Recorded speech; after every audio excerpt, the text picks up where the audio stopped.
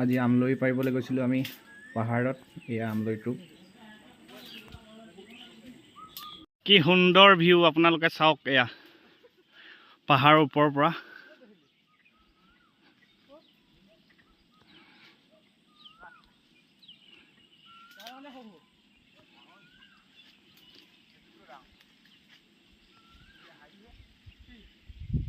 আমি আহিছোঁ আজি পাহাৰলৈ আমলৰি বিচাৰি।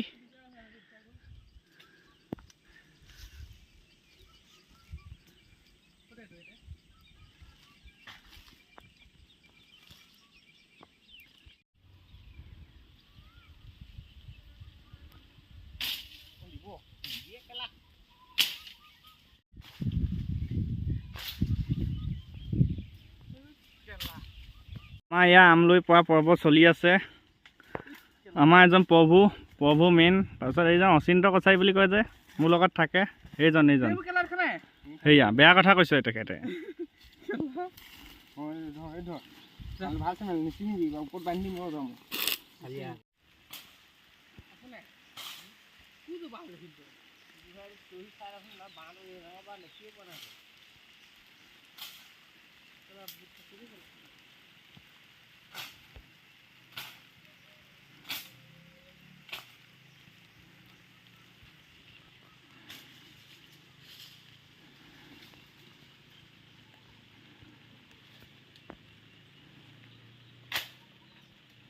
আমি এতিয়া আমলইটো পাৰি আৰু ঘৰ মোৱা হৈছোঁ। এয়া দেখিছে আপোনালোকে।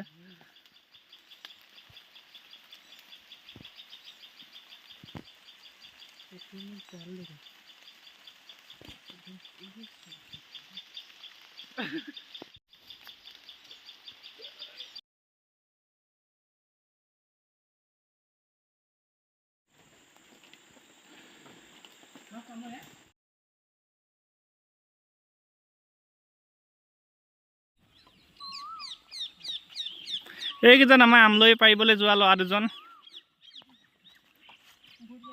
খোজকাঢ়ি গৈ আছে বাগানৰ মাজে মাজে। লগতে ময়ো আহি আছোঁ ভিডিঅ' কৰি কৰি।